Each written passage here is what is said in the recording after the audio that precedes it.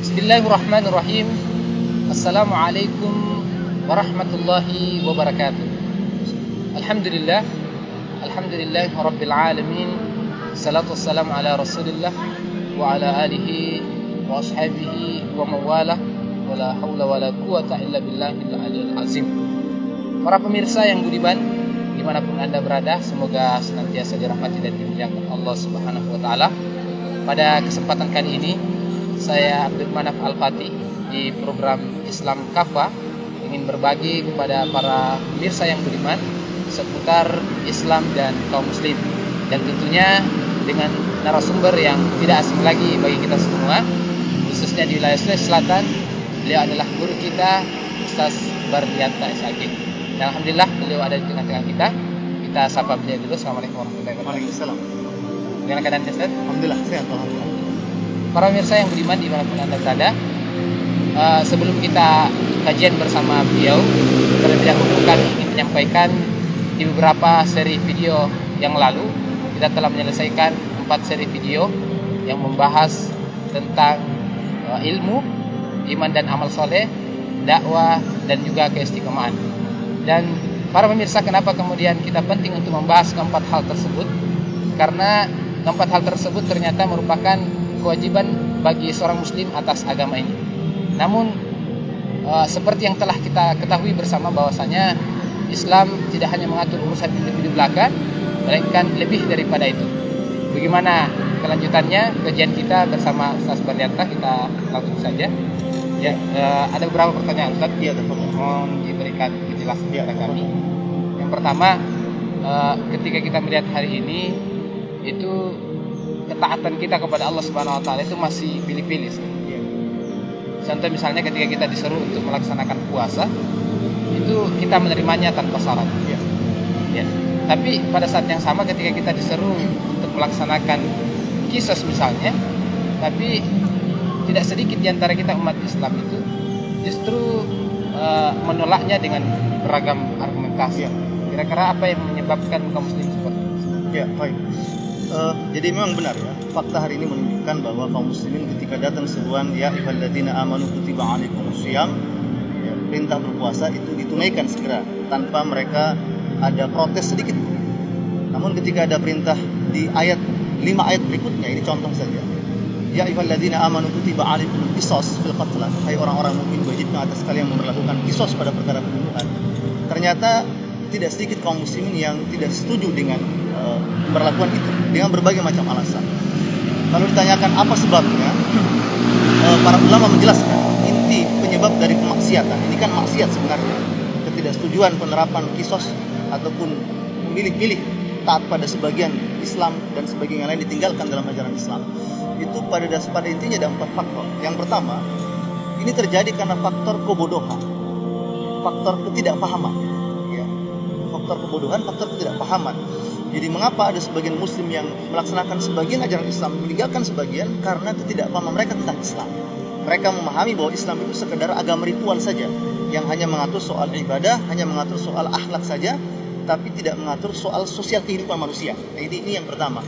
Dan faktor kebodohan ini disebabkan karena 2 hal. Pertama, mereka sendiri, sebagian muslim yang memang malas belajar agama, ada pemahaman di tengah-tengah umat Islam sebagian bahwasanya belajar Islam itu fardu kifayah. Artinya kalau sudah ada sebagian yang belajar agama, maka tidak wajib lagi bagi yang lain. Dan cenderung dianggap bahwa mempelajari Islam itu hanya pas bagi orang-orang yang mungkin sejak kecil merasa punya bakat di bidang agama misalnya. Mereka yang sekolah di pesantren, sekolah madrasah, itu yang punya bakat di situ, dan mereka yang belajar agama. Sementara mereka yang tidak punya niat dan bakat di situ, mereka cukup menggeluti bidang umum, misalnya bidang pengetahuan umum seperti itu. Jadi kebodohan, ketidakpahaman mereka tentang ini, kewajiban belajar agama ini, kewajiban mempelajari Islam ini, menuntut ilmu ini adalah fardhu ain. Kemudian selain itu juga karena faktor kebodohan ini juga disebabkan karena memang adanya serangan pemikiran dari barat. Ya, jadi ada serangan pemikiran dari orang-orang kafir. Jadi ada semacam pembodohan yang sengaja dilakukan oleh orang-orang kafir, tentu lewat agen-agen mereka, baik dari kalangan ulama yang mereka bayar, ya, ulama-ulama su kalau dalam bahasanya Imam Al-Ghazali, ulama-ulama dunia kalau dalam bahasa Imam Al-Ghazali, termasuk juga dari kalangan intelektual muslim yang sudah mabuk dengan fatwa barat. Mereka inilah yang terus mengkampanyekan dan menyuarakan berbagai hal negatif terhadap syarat Islam. Di antaranya misalnya seputar kisos tadi. Ya, misalnya dikatakan bahwasanya kisos itu tidak berperi kemanusiaan, itu tidak sesuai dengan hak asasi manusia dan sebagainya. Padahal hukuman kisos itu hanya berlaku bagi mereka para pembunuh. Ya, bagi mereka yang bukan pembunuh tidak perlu takut dengan hukuman kisos. Kalau ada orang yang takut sama hukuman kisos, jangan-jangan dia memang pembunuh kan gitu. Jadi ini faktor pertama, faktor kebodohan, faktor ketidakpahaman. Yang kedua juga disebabkan karena faktor adanya hawa nafsu. Ya, karena hawa nafsu.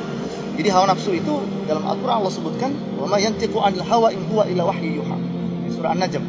Dan Muhammad SAW tidak pernah berbicara dengan hawa nafsunya, akan tetapi dia berbicara dengan wahyu yang diwahyukan kepadanya.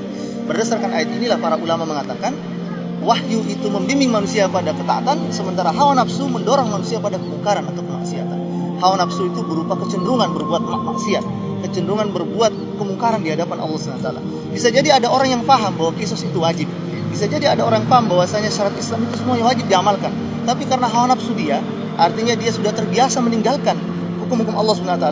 Dia terbiasa sholat tapi melalaikan kewajiban jilbab. Dia terbiasa zakat tapi melanggar larangan makan riba. Sehingga faktor kebiasaan ini yang membuat dia, ini disebut dengan hawa nafsu, ini menyebabkan dia terjatuh dalam kemaksiatan dan milih-milih dalam ketaatan pada Allah. Yang ketiga, faktor godaan syaitan. Ya, Allah katakan allazi, jadi yuwaswisu fi sudurin nas minal jinnati wan nas. Syaitan itu meniupkan dan membisikkan kejahatan dalam dada manusia. Yang syaitan itu dari bangsa jin dan manusia. Karena adanya godaan syaitan lah sehingga manusia tergelincir untuk memilih ketaatan sebagian dan meninggalkan sebagian ajaran Islam, melaksanakan sebagian, meninggalkan sebagian. Dan faktor yang paling penting, ini faktor keempat, adalah karena pemberlakuan sistem kufur di tengah-tengah masyarakat.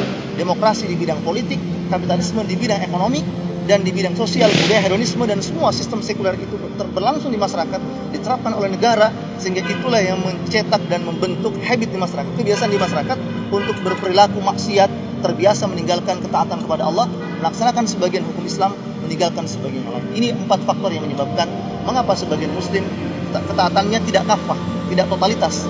Padahal Allah perintahkan kita untuk taat secara totalitas kepada Allah Subhanahu wa taala. Ya ayyuhalladzina amanu udkhulu fis-silmi kaffah wa la tattabi'u khutuwatis syaitan innahu lakum aduwwun mubin. Hai orang-orang mukmin, masuklah kalian ke dalam Islam secara keseluruhan dan janganlah kalian mengikuti langkah-langkah syaitan, karena sesungguhnya syaitan itu adalah musuh yang nyata bagi kalian. Wallahu a'lam bishawab. Insyaallah jawaban yang diberikan oleh Ustaz, alhamdulillah kita mendapatkan satu Islam yang sangat luar biasa.